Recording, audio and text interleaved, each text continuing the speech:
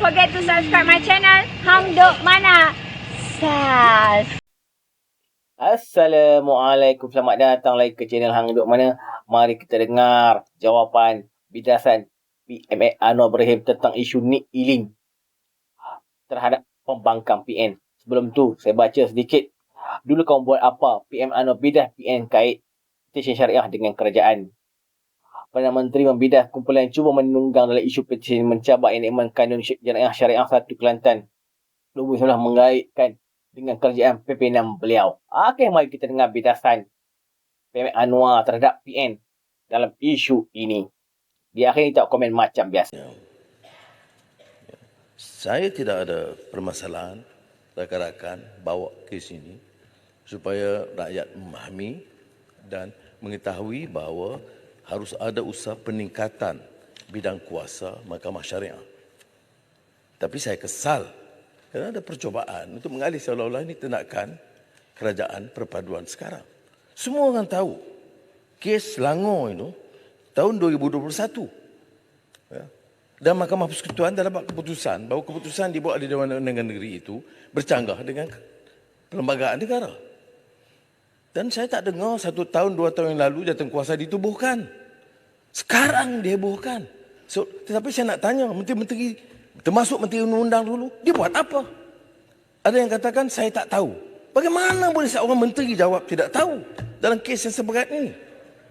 Ya. Berhasrat untuk melakukan pencerahan. Masih boleh lagi dalam peringkat ini kalau ikut prosedur mahkamah. Terima kasih, Tan Sri. Silakan, Perdana Menteri. Terima kasih. Saya ada nota bila saya sebut Menteri tahun 2001, 2022 saya sebut Menteri Undang-Undang. Tapi tak apalah, tapi bagi fakta dia. Kes ini 2021. 2021. Ingat, 2021 Selangor kes yang sama. 2022 kes Kelantan. 2021 Selangor. Ya. Tidak ada tindakan selepas itu. Kita terimalah kenyataan dia. Tak ada tindakan. Baik. 2022 ya, petition boleh di-file. Itu dimaklum. Maknanya 25 Mei 2022. Tak ada tindakan. Ya, oleh kerajaan ketika itu. Bila Mahkamah Persekutuan beri kebenaran? Bila? 30 September 2022. Betul. Tindakan kemudian kes ini disambung 20 bulan 11. Ya, dan kita ambil tindakan. Itu beza dia. Ya. Yang kita yang dianggap kurang Islamik ini ambil tindakan lebih tegas soal syariah daripada yang Islam keras ni. Yang melaungkan lepas dah kalah. Bila masa menang dalam kerajaan terlupa dalam hal ini. Tapi tak apa. Dibangkitkan soalan yang kedua tentang MKI. Sultan Kebahan Duli Yang Mulia Sultan Selangor mengumumkan 28 Ogos. Itu cadangan MKI. Cadangan saya dan Sultan Selangor. Bila dia putuskan? Kena rujuk Malik Raja-Raja. Malik Raja-Raja bersidang 2 minggu yang lalu. Untuk meluluskan Yang Berhormat. Jadi kita cadangan yang Selangor lakukan, MKI cadang itu, dirujuk untuk pengesahan Malik Raja-Raja yang bersidang 2 minggu yang lalu. Yang juga melantik kepada Yang Mulia Tuan Agong selepas itu. Ya. Kemudian, jawatankuasa ditubuhkan, ya, dan terpaksa ada berkeliling mengesahkan nama-nama jawatankuasa. Dan tentu dia ambil masa. Mungkin saya tak tahu sama Majlis Agama Islam Selangor dimaklumkan atau tidak. Tapi jawatankuasa sudah pun dilantik, diperkenan dan akan diumumkan oleh Menteri Agama dalam menjawab soalan kedua sebentar lagi. Ya. Ya. Saya tidak ada permasalahan rakan-rakan bawa kes ini supaya rakyat memahami dan mengetahui bahawa harus ada usaha peningkatan bidang kuasa Mahkamah Syariah. Tapi saya kesal kerana ada percubaan untuk mengalih seolah-olah ini tindakan kerajaan perpaduan sekarang. Semua orang tahu kes Selangor itu tahun 2021. Ya. Dan Mahkamah Persekutuan dah dapat keputusan bahawa keputusan dibuat di Dewan Undangan Negeri itu bercanggah dengan perlembagaan negara. Dan saya tak dengar 1 tahun, 2 tahun yang lalu jawatankuasa ditubuhkan. Sekarang dihebohkan. Tetapi saya nak tanya, menteri-menteri, termasuk Menteri Undang-Undang dulu, dia buat apa? Ada yang katakan, saya tak tahu. Bagaimana boleh seorang menteri jawab tidak tahu dalam kes yang seberat ini? Ya, saya tegaskan ini, Tan Sri Ketua, kerana ada percobaan cuba nak laga-lagakan seolah-olah kita menentang. Di mana yang kita tentang?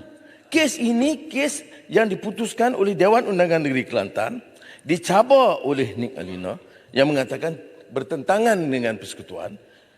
Maknanya Dewan Undangan Negeri tidak boleh berkeputusan, Parlimen tidak boleh berkeputusan, Perdana Menteri tidak boleh berkeputusan, bawa ke mahkamah.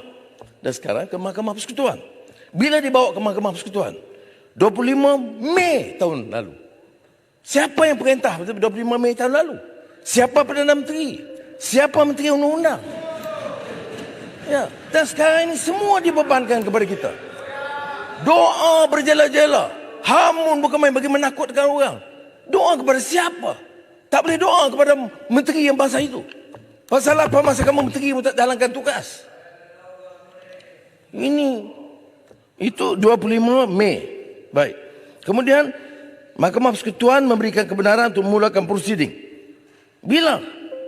30 September 2022. Siapa Menteri Undang-Undang pada masa itu? Mana menteri-menteri pada masa itu? Tak tahu.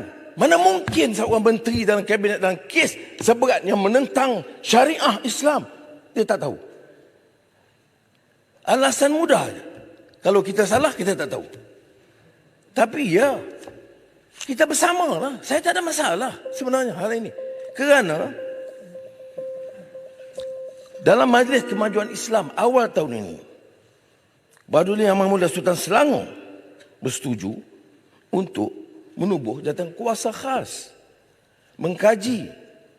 Kita tak boleh dalam perlembagaan negara kita yang disetujui daripada merdeka sampai sekarang memberikan ruang kepada semua negeri buat undang-undang sendiri dan melibatkan kes jenayah. Kerana mahkamah ada mahkamah syariah, ada mahkamah sivil di bawah federal, mahkamah syariah bawah negeri. Polis di bawah federal. Penjara di bawah federal. Jadi sebab itu harus ada rundingan. Mengapa tidak ada rundingan pada tahun 2020-2021? Tanya menteri pada masa itu. Jangan tanya saya. Saya jadi Perdana Menteri, kita tubuh jawatan kuasa. Kaji.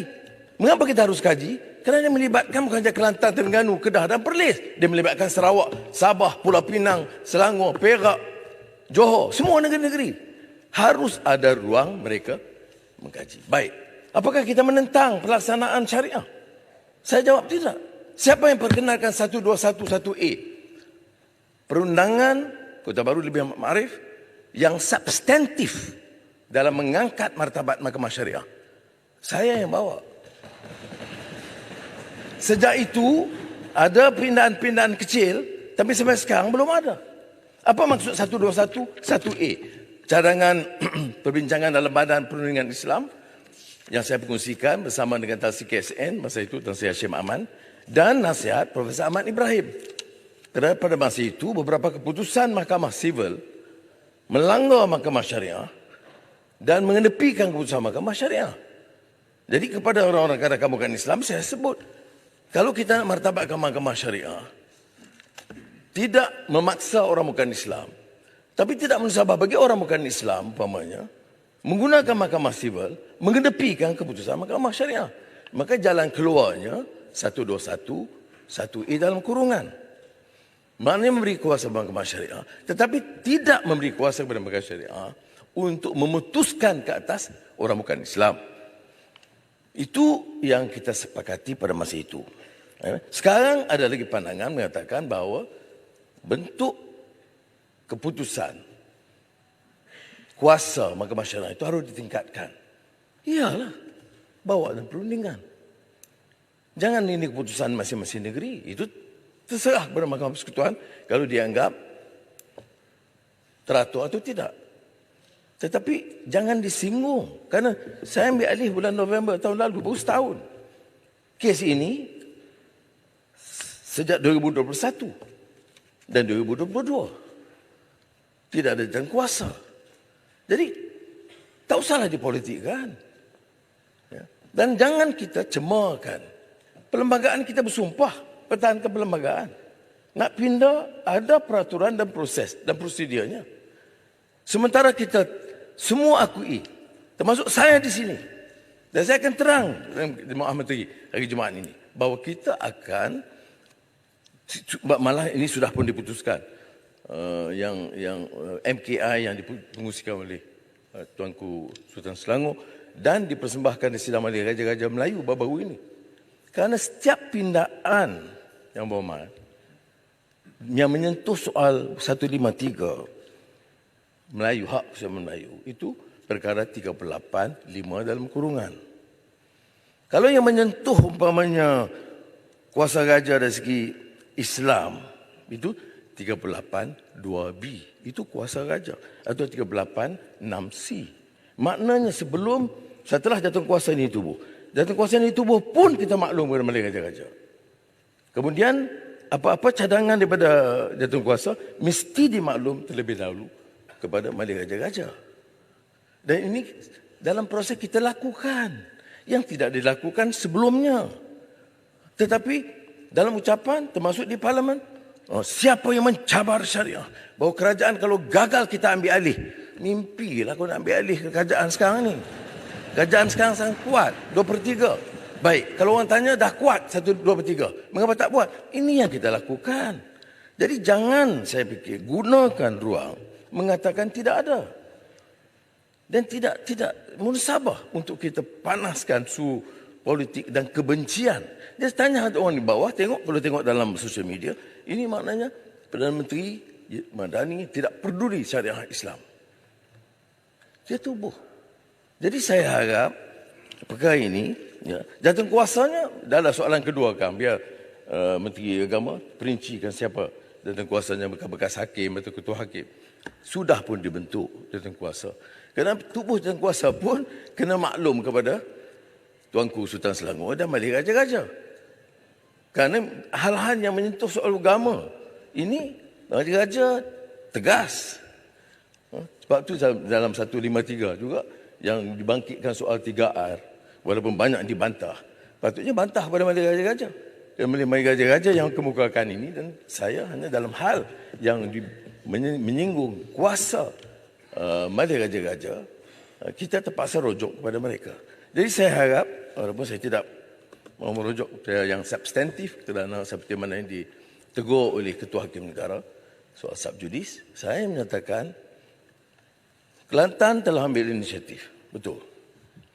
Inisiatif itu mengikut setengah pandangan bertentangan dengan Perlembagaan Persekutuan. Contohnya, keputusan Mahkamah Persekutuan dalam kes Selangor 2021. Apakah Mahkamah Persekutuan menentang syariah? Tidak. Mahkamah Persekutuan hanya menjelaskan tentang bidang kuasa persekutuan, bidang kuasa negeri dan jadual bersama. Jadi biar Mahkamah Persekutuan putuskan. Tapi apapun keputusan Mahkamah Persekutuan, tanggungjawab kerajaan yang telah kita umumkan ialah menubuhkan tangguhkuasa untuk meneliti aspek-aspek meningkatkan bidang kuasa syariah yang tentunya tidak mahu menyinggung atau menyentuh atau memaksa golongan bukan Islam. Jadi ada kaedah-kaedah yang harus dibincangkan kerana ada negeri-negeri di Malaysia yang agak keras kurang bersetuju kalau kita melanggar prinsip yang saya sebutkan itu. Walau bagaimanapun, sebagai keputusan, saya tegaskan, kita telah bersetuju menubuh sistem kuasa yang diperkenan oleh Malik Raja-Raja untuk mengangkat martabat dan menambah kuasa mahkamah syariah yang ada. Kita saya baca detail lagi dekat macam ni, dekat Harapan Madani ni. Saya nak tanya menteri-menteri termasuk menteri undang-undang dulu dia buat apa. Ada yang kata tak tahu. Kerana boleh seorang menteri jawab, saya tak tahu dalam kes seberat ini. Katanya di Dewan Rakyat mengulas kenyataan Timbalan Presiden PAS Tuan Ibrahim Tuama yang juga Menteri Alam Sekitar dan Air ketika itu yang menyatakan tidak tahu. Oh, itulah pasal dia orang yang menyatakan tak tahu pula. Dan kan dia orang dulu masa memerintah 3 bulan tu, kenapa dia orang tak buat demo lah. So setahu kita masa 3 bulan lalu tak ada pun nak ini berdemo pasal isu ni. Bila datang kerajaan perpaduan labor siap berdemo lagi kat Putrajaya tu. Siap konon-kononnya kita ni ada masalah lah apa. Yang masa dia orang tu tak ada senyap. Tak ada apa. Senyap terus. Inilah dia orang ni. Sama bagi kelak perangai dia orang ni. Okeylah tuan-tuan. Itu sebenarnya kalian pun ada PN Ar-Rahim. Assalamualaikum.